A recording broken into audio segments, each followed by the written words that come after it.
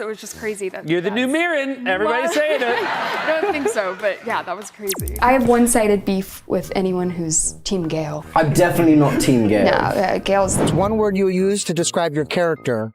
I thought this was the Stranger Things premiere. It is. I wasn't prepared. Just one word? No. She said no. I'll take that. No, I have enough secrets. You're right. Enough. 3 moments, 3 different evasions. A compliment stopped before it could get too grand. A movie debate turned into a one-sided beef.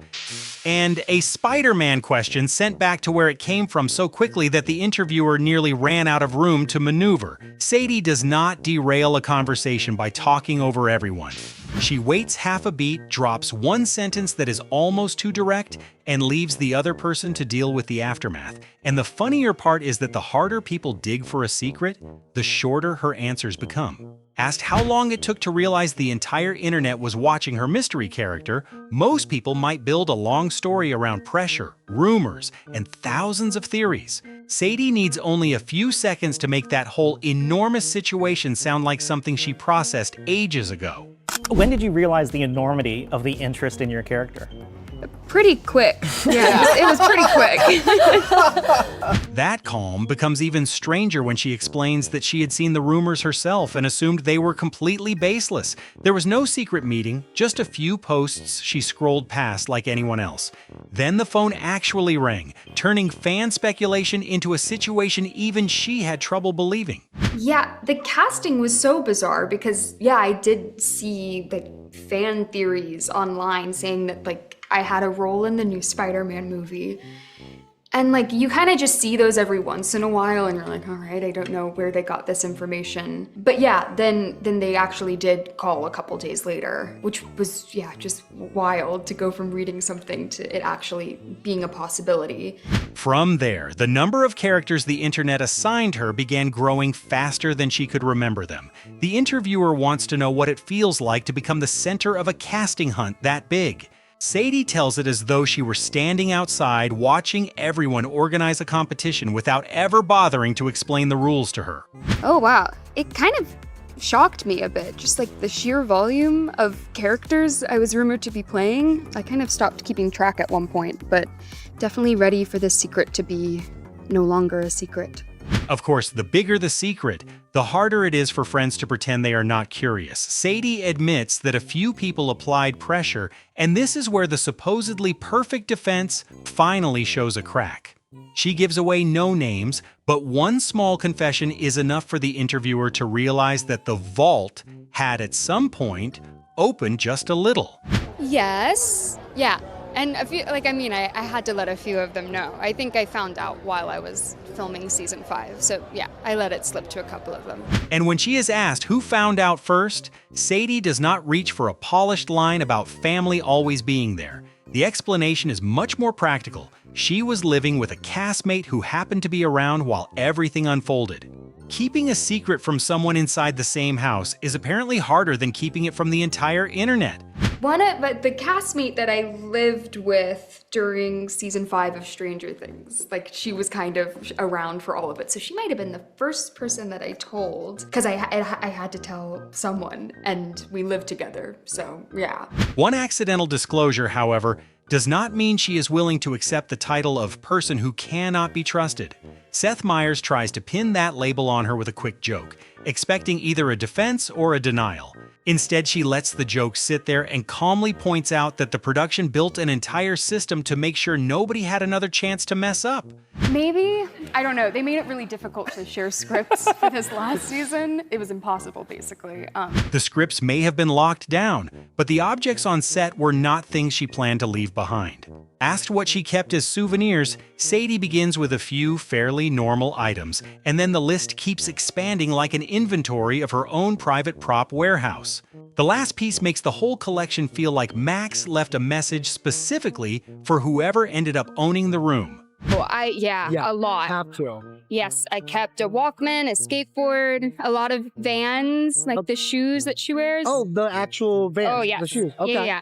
And then the Duffers gave me the little like piece of paper that I wrote on in season 2 that says "Stop spying on me, creeps." So I have that framed. So yeah, I have a good collection. Her ability to say something strange with a completely serious face does not only appear when she is dodging spoilers. Talking with Noah Jupe, Sadie suddenly discovers a basic piece of kitchen knowledge most people learn very early. She is not trying to make it funny. The complete confidence she had in the wrong idea is what makes the moment impossible to handle. You were trying to say. I genuinely believe that chips aren't fried. I didn't know that What do you think they are then? Noah barely has time to recover before Sadie moves on to something extremely British, the London Underground. The conversation could open into complaints about crowds, signs, or getting on the wrong line. Instead, she delivers such a firm declaration of love that it sounds as though this is a position she has been preparing to defend for years. All right. For an American, that's like... I love the tube. I mean, I love the tube as well. When it is time to choose a theme song for her life, Sadie does not reach for the safe answer everyone will recognize. She pulls out something specific, says the title, then adds the artist with a tiny stumble and total commitment. It is short, odd, and precise enough that Noah can only accept it like an official announcement. I think I have mine. I think it would be It's Oh So Quiet. Bjork. That's it, yeah. Even Kate Bush, the artist tied to one of Sadie's most famous moments, is not allowed to be reduced to a single song. The interviewer merely brings up her name, and Sadie immediately defends the entire catalog behind the hit. Not just that one sounds gentle, but it is firm enough to shut down every lazy follow-up that might have come next. What's your reaction these days when you hear Kate Bush? Oh, I love it. I really love it. And not just running up that hill. Yeah, her entire catalog is amazing. Around the Stranger Things cast, that directness turns into a very quiet form of crowd control. A card asks the group to imagine forming a musical supergroup, and before anyone can settle on the genre, the venue, or even the name, Sadie has already decided what kind of act they are. No vote, no debate. The band does not exist yet, but it already has an artistic direction. If you all started a musical supergroup, what would you be called? What genre of music would you play? What would be your first show? I think we'd probably be an a cappella group. The only problem is that an a cappella group still needs a name. Sadie turns straight to Gatton as though he has just been appointed creative director without being told. The way she throws the question across the table adds immediate pressure. This is no longer a fun hypothetical. Somebody now has to invent a name they could actually use. Because he's like, You would have something really good to say. He would. Hey, Gaten, what should our musical a cappella group be called? After music comes astrology, an even more dangerous subject for a group conversation. Sadie reads the prompt, picks Finn as the first target, and makes her call without hesitation. There is no birth chart and no research in front of her, only the confidence of someone who has decided to launch a full personality assessment in the middle of an interview. Guess each person's astrological signs and share if they fit their This is sign like the stereotypes. perfect one for you. Okay, Finn, you're a Capricorn? By the time she moves to the next person, she is no longer just guessing a sign. Sadie starts describing their social energy, charm, and ability to shift the mood of an entire room. It is the kind of compliment that feels good and still leaves nowhere to hide, because everyone at the table is now looking at the person as though Sadie has just read from a confidential file. You're totally a Libra, because they're very like social and like charming, and like they really affect like the energy of a room. Noah Jupe also gets assigned a role he never auditioned for. Somewhere inside a superhero conversation, Sadie looks over and decides he could play Peter Parker. It lands as both a compliment and a lightning-fast casting session where the conclusion arrives before the actor has time to react. I mean, you could be a good Peter Parker. I could see that, for sure. Seth Meyers tries a different tactic. Place Sadie inside a hypothetical situation and ask whether she would love it or hate it. There is no diplomatic cushion, no "it depends," and no need to build a case. Her answer arrives so fast that the question almost disappears from the room the instant it has finished doing its job. And would you hate that or love it? Be honest. I would hate it. Yeah. I would hate it. Yeah. That refusal is still softer than the moment Seth asks whether she will attend another opening night. Sadie has a perfectly valid reason not to go. She is performing in her own show. But instead of stopping at no, she turns the question into a ticket pitch for the theater across town, converting the host from interviewer to potential customer in a single beat. Well, I think someone from the cast actually texted me. They're like, "Are you going to opening night?" And I'm like, no, I'm doing this show, but you should come see that as well." For all the clean, compact answers, Sadie never pretends that the stage does not make her nervous. Seth asks whether seeing her name on the marquee sends those nerves up or down. It is the perfect opening for a sentimental speech about Broadway dreams, but she chooses 2 words that carry the weight of the entire monologue. You see that your name is on the marquee. Way up. Way up. Way yeah. up. Yeah. Her shortest corrections tend to arrive when the person across from her accidentally gets her age wrong. Seth starts describing the pandemic years as though he is talking about a kid with too much free time at home. Sadie does not let that image fully form. She inserts one number, resets the entire picture, and never lets the room become awkward. Like, you were a full... I was 18. Yeah. At a major concert, losing control happened in a different way. Sadie does not sell us on the preparation or the feeling of commanding the stage. She admits she barely understood what was happening until it was already happening. Through her version, a glamorous event suddenly sounds like being pushed onto a roller coaster and only then realizing the safety bar has locked. I didn't really know what was happening until it was happening, and it was Right. more just kind of like, yeah, sure, I'll like go and do this, and it was just fun. The stage, however, is exactly where Sadie chooses to return, not because the fear is gone, but because she wants something that still forces her to learn. When Kelly Clarkson asks whether she plans to do more theater, Sadie does not circle around schedules or the right opportunity. She gives the answer and the next project at once, turning a general question into an announcement that immediately redirects the conversation. I would love to, yes. I'm about to do Romeo and Juliet on the West End. That choice stands out even more because she had just finished a show that lasted nearly a decade. Rather than claim she now has enough experience to move into some grander phase, Sadie looks at the open space ahead and admits how much room she still has to grow.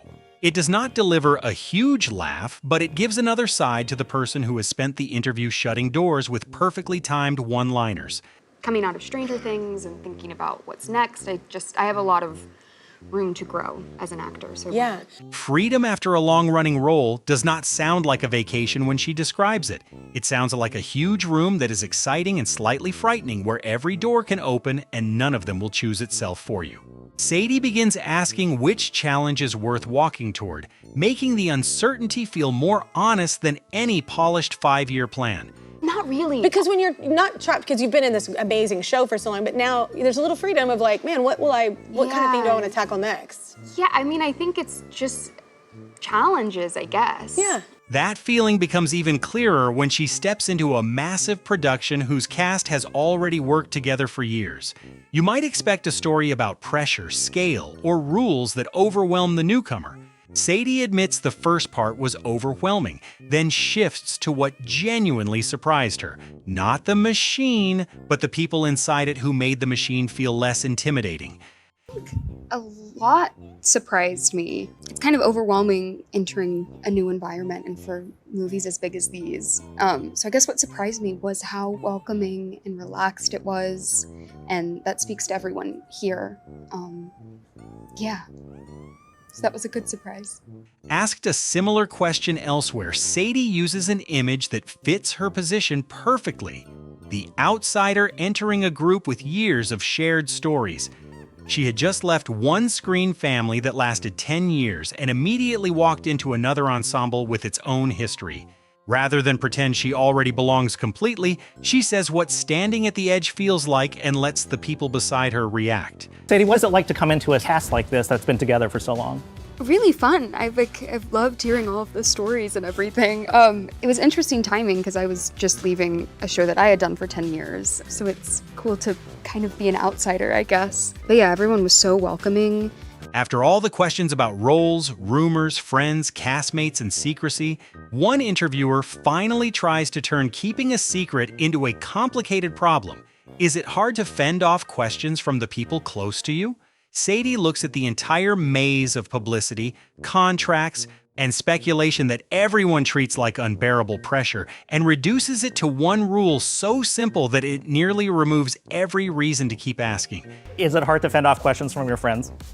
Oh, not really. Just keep your mouth shut. It's not that, it's not that hard. Sadie can knock a room off rhythm without ever raising her voice. Sometimes it takes only 2 words, a perfectly level look, or an answer so practical that the other person's joke quietly turns back on them.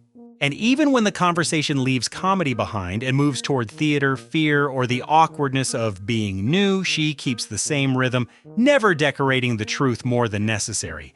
That may be why the final moment sounds less like another spoiler dodge and more like an entire interview philosophy packed into one sentence. Which Sadie comeback or reaction was your favorite? Leave it in the comments, hit like, and subscribe for more interviews where the original plan barely survives the first few minutes.